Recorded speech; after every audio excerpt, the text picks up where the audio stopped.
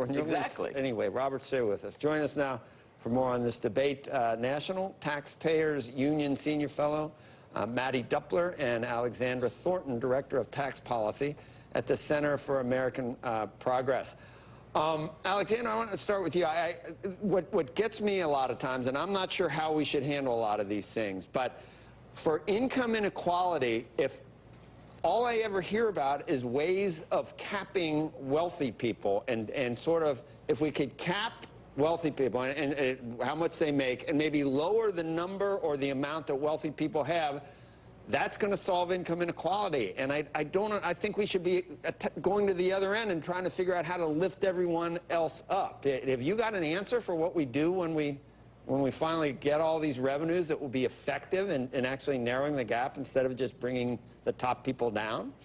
Well, despite all of the talk, I think that you have to look at the last 30 years, and if you do that, you see that at the federal level, taxes have actually been going down on capital, capital assets and capital income. And what we've seen is that people at the high end have actually been getting much higher incomes at the same time that taxes are lightening on capital.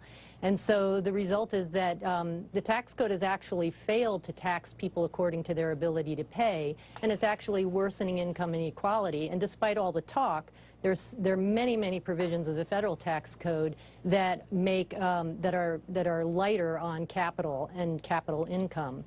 You have, stepped up basis, which is where you can basically get rid of any tax on the gain that's happened on your assets at the time you give it to your heirs. Well, that's a big, that's a big stumbling block for me. I can avoid the taxation as long as I die. I mean, that's not a big selling point. It sounds great, but no, I understand my heirs get it, but hopefully I won't get to that point where, hey, geez, I got a great deal here. As long as I'm dead, I don't pay taxes. But there's much more, of course. I mean, we've got the preferential rate on capital gains. We don't tax unrealized gains. No, I know, but if you start turning these dials with capital, will you admit there might be some unintended consequences that actually end up slowing things down, or somehow it actually ends up hurting the people, as it does so often? It hurts the people that you're most trying to help? Well, just a quick point there. In Connecticut, this would be a state where the rate on capital gains on capital is higher than the rate for ordinary income. So you're talking about there's a preferential treatment. In Connecticut, it would be the opposite, where it would be the first state that I'm aware of that has a much higher tax rate for capital than income. Well, I think that I think generally it is a good idea to have equalization of tax rates. Of course, at the federal level, we don't have equalization of tax rates at all because capital income is so preferred and tilted towards the wealthy and preferred in our tax system. And by the way, the wealthy have a much greater share of their income in capital income now than they did 30 years ago. So that's causing a lot of the inequality. But it is generally good to have the rates be equal across different forms of income, but it's not necessarily a bad thing to have somewhat higher rates on short-term trading. But you're punishing investment in a state that builds its entire revenue system on the investment world, on hedge funds. But some of that investing is actually churning. It's actually short-term arbitrage types of things that actually don't help anyone in the economy. Let's get Mattie, do you have the answers for us? Well, I just want to say that the reason the federal code has preferential tax treatment for capital gains is because the rest of the code penalizes savings and investment. And capital gains, of course, a capital gains tax is taxing income that already has been taxed on the personal or corporate side of the code. And, you heard Robert talk a lot about the Connecticut case, and a lot of problems Connecticut has. One of the problems Connecticut does not have is taxing its earners too little.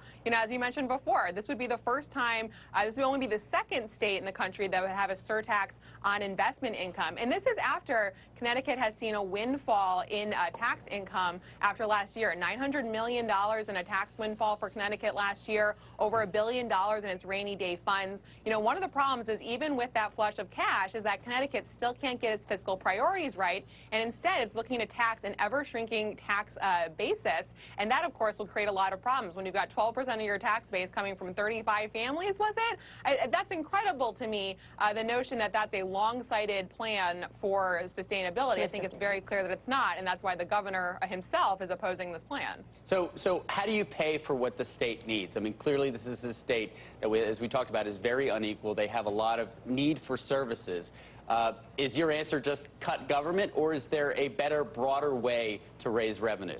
Well, so last year, a legislative commission recommended several proposals for the legislature to be able to get some of these spending priorities under control. One was cut $1 billion in spending. The other was to cut the top rate, not raise it. And the third was to give the legislature more control over pension and retiree responsibilities. But if you look at the Connecticut example, you can see that when you reduce barriers, that actually creates more revenue increase. This year, this tax year, they saw $100 million come from withholding income, and that's a result of a bigger middle class and an employment situation that mirrors the national level, which is high employment and robust growth in the middle sector, and that's what creates more income. So yes, if you create more jobs, you create more income. We're playing this out, but Alexander, I mean, the taxing the unrealized gains, I mean, are you really a proponent of trying to do that in some way, shape, or form? Well, I think it's something that we have to address when we look at the change in the... What does that mean? Something we have to... You'd actually think that that would work in any way, shape, or form? What if it goes down the next year and you've already taxed people on it? Well, there are ways that you can accommodate that, and you can also do it at a very low rate. There are a number of different proposals, but I also think that you can help the situation a lot by improving various provisions in the existing tax code. All right, we got to have, that's what everyone always says. We got to have that conversation. I don't know what the hell that means. Anyway, I want to thank you both, though, Thanks, guys. for joining us today. I think we just did. All right, yeah, I guess so.